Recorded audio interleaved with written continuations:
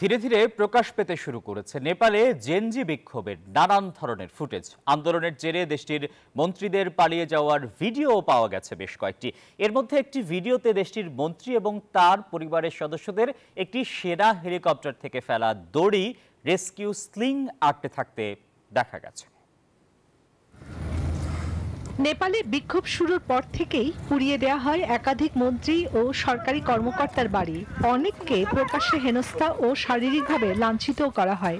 ধারণা করা হচ্ছে এই কারণেই পালানোর পথ বেছে নেন অনেকে।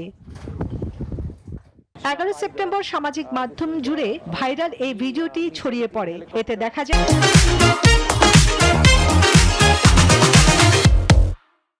মন্ত্রীর বাড়ির উপরের একটি হেলিকপ্টার উঠছে, সেখান থেকে ফেলা উদ্ধার স্লিং আঁকড়ে ধরে আছেন মন্ত্রী ও তার পরিবারের সদস্যরা।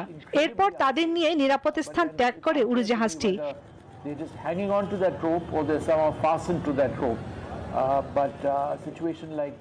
ঘটনার সূত্রপাত হয় নেপালের সামাজিক যোগাযোগ মাধ্যমে নিষেধাজ্ঞা জারির পর। এই সিদ্ধান্তের বিরুদ্ধে জেএনজি প্রজন্মের তরুণেরা বিক্ষোভে নামে। দ্রুত তা সহিংসতা রূপ নেয়।